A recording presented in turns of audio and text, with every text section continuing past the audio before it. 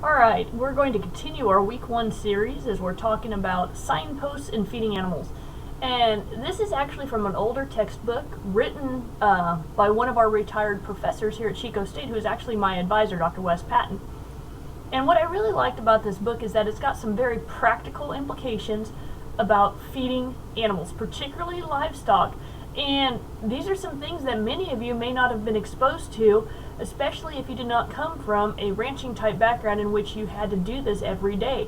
And so I want to make sure we have a good understanding of what we mean by a signpost and things that we need to look at while we're feeding animals and how practical animal feeding kind of works in livestock production.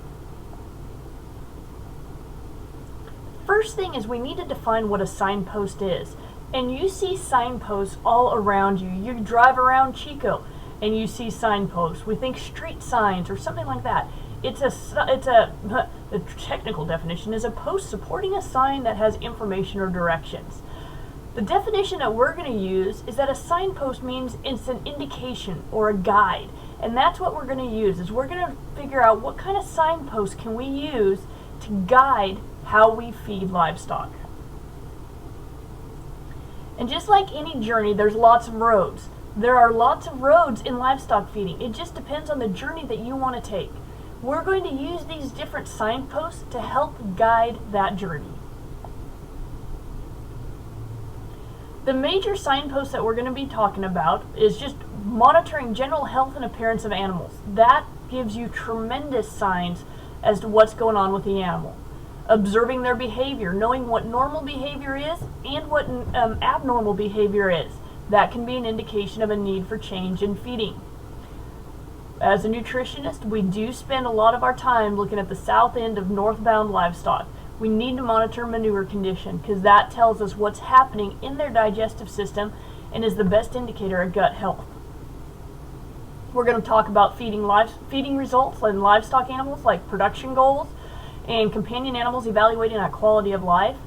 And if we do need to make changes, we want to make sure that we move animals, sort them, get them in the right feeding groups to optimize feeding.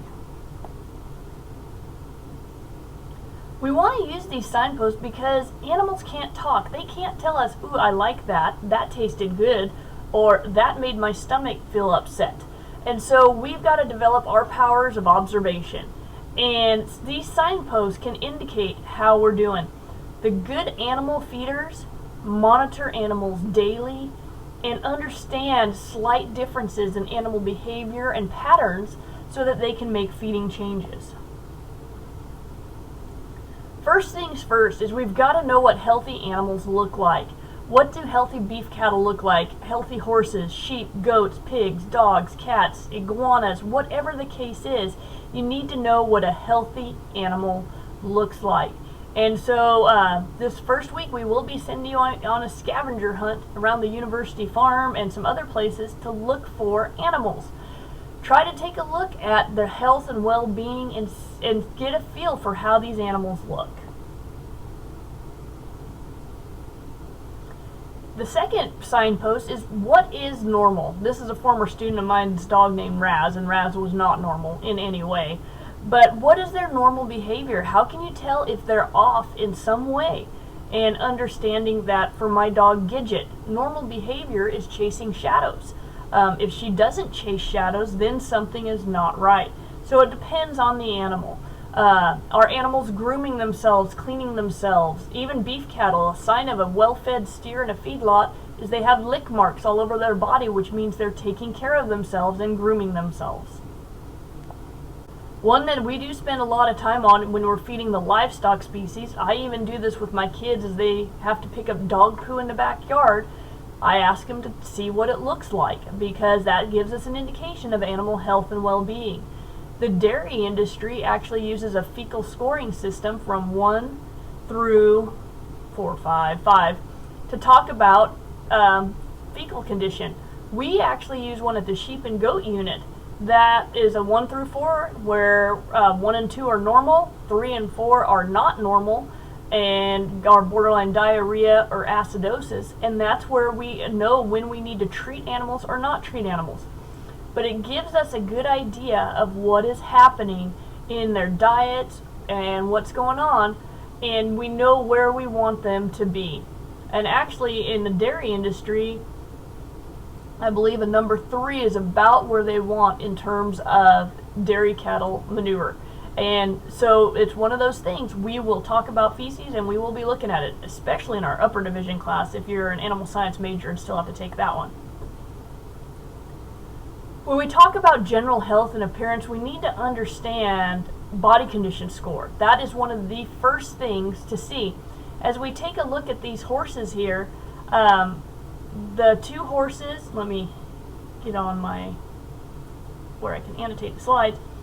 These 2 horses here are definitely in a thin, inappropriate body condition. They have not been fed well. They are not, they are undernourished. And actually, pictures I found from a rescue to give you an idea. That is a thin body condition score. Those are animals that are undernourished. Now, these 2 animals, these other 2, this one here, you can see some ribs on this horse. However, look at the hair coat. It is shiny. It is well groomed. The horse is alert. The horse looks like he feels good. This is a horse in working clothes, meaning he is probably a performance animal, either a racehorse or something like that, or dressage or some intense activity, and he is in working condition. This horse is in good body condition as well. Usually that's more typical of what we see. But both of the 2, the sorrel and the bay, are in appropriate body condition. The 2 roan horses in the top would be considered thin.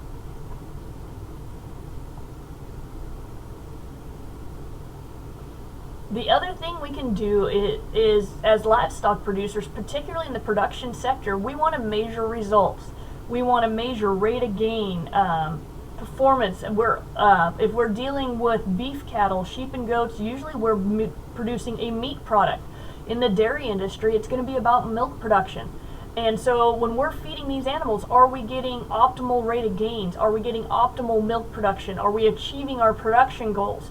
If not, we need to reevaluate that feeding program to make sure we are.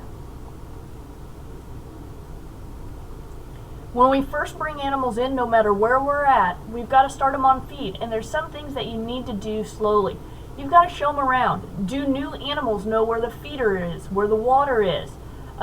If you're going out into a really big area, I grew up in Nevada, and if we take animals out into range conditions, you want to kind of hold them in a smaller area for a few days before you kick them out, just so they can get adapted to where they're at. And we always want to feed cautiously at first. We want to feed use feedstuffs that are easy on the digestive system. We don't want feeds that are too hot, too rich, that they're gonna that can hurt their stomachs. And this works no matter what kind of an animal, even companion animals. If you get a new puppy, you want to be careful about the kind of food. You want to start them off easily digestible puppy foods first. Same with cattle in a feedlot. We tend to start them off on a grass hay based diet, which you can see on the left of the screen, and then move them into a higher concentrate grain based diet. We don't do this instantly. We do take time to do this and do a gradual adjustment to feed.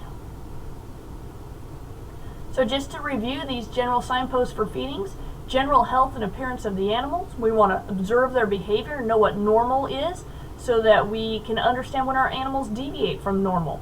Monitor manure condition, measure our feeding results, whether it's production goals or the quality of life in our companion animals. And when we do start animals on feed, no matter what species, we want to make sure that we're moving them into appropriate groups, sorting them into contemporary groups, and starting and slowly transitioning them to new feeding systems. This concludes this presentation. Thank you, and move on to the next video.